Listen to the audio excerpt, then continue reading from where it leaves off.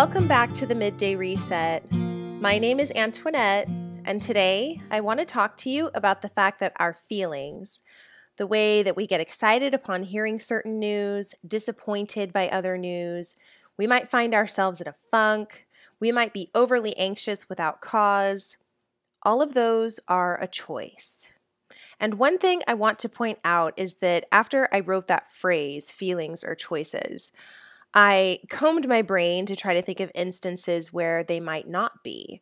The only scenarios that I could picture included trauma. I think the very nature of trauma is that it's something very unexpected that startles us and can oftentimes leave us forever changed.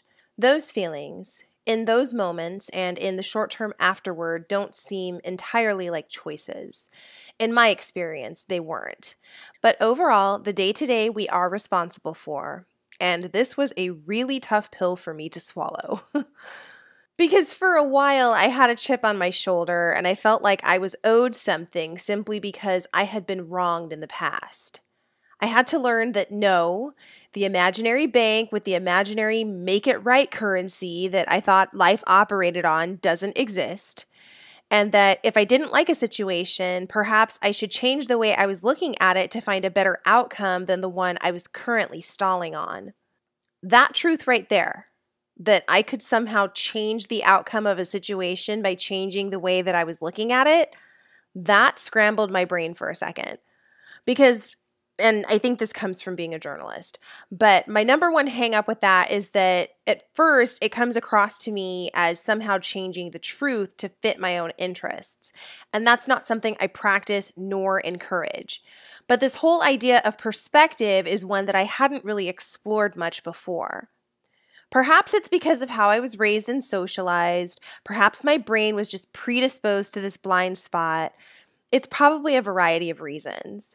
But I hadn't really looked down the pathway of perspective until I really started thinking critically and learned to develop greater emotional intelligence. It was then that I came to realize that perspectives are simply differing views of the event. When a volcano erupts, it looks different depending on the angle you're looking at it from. Some may see smoke, ash, and lava cascading down the face.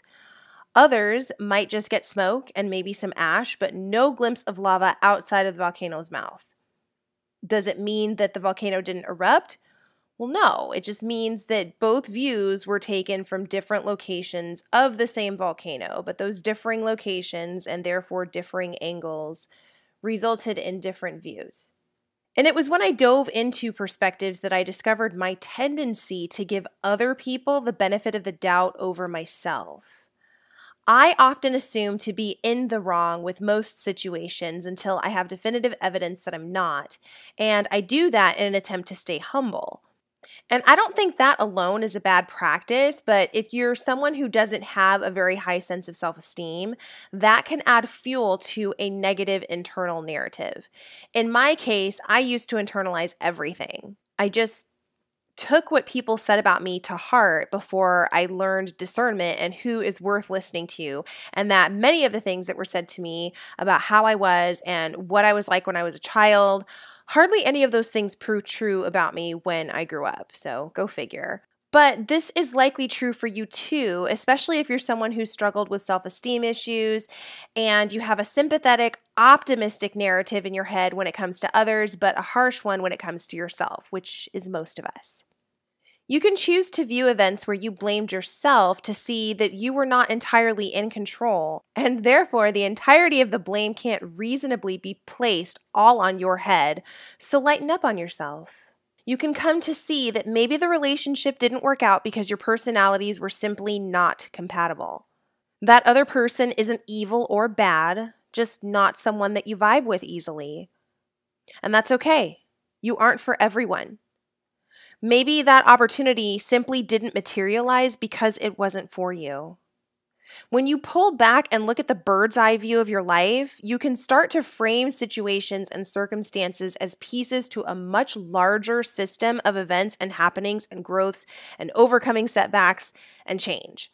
And then it starts to make sense why things happened the way that they did.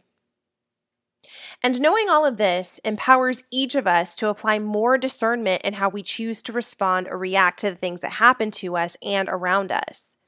It's okay to be disappointed. You should always process through how you're feeling by first allowing yourself to feel. But recognize that choosing to do that is a choice. And it's not a bad choice either. This helps you to move past it faster when you don't delay the process. But that is a choice. If you get disappointed and stay disappointed long after the event has passed and your life circumstances have changed, that's a choice too. I'm not negating the presence of pain and the very real need for healing and the fact that those things take time. But it's never good to wallow in the pits of our circumstances for longer than we need to. The valleys exist because there are peaks around them. And in some way, you want to always be climbing the mountain, taking in the changing view somehow, even if you have to move extra slow at it.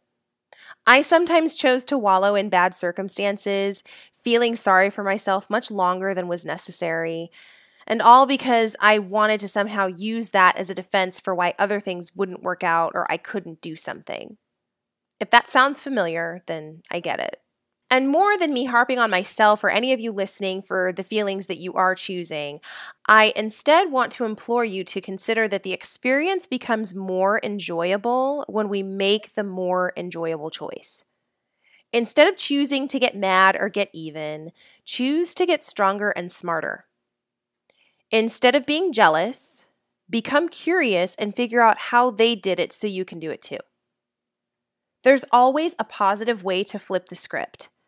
And that helps make situations more empowering and informative rather than damaging and confusing. If it makes life a little easier, then why not? Let me know what you think about feelings being choices and how you cope with that. You can reach me at Antoinette@middayreset.com. That's ANTOINETTE at middayreset.com. MIDDAYRESET.com. You guys know how to spell that. But you can also find me on Instagram at Miss Antoinette Chanel is my author account. So that's at MSANTOINETTECHANEL. And then also at the Midday Reset for the podcast, my recipes, anti-anxiety tips, and other goodies. Take care, my friends.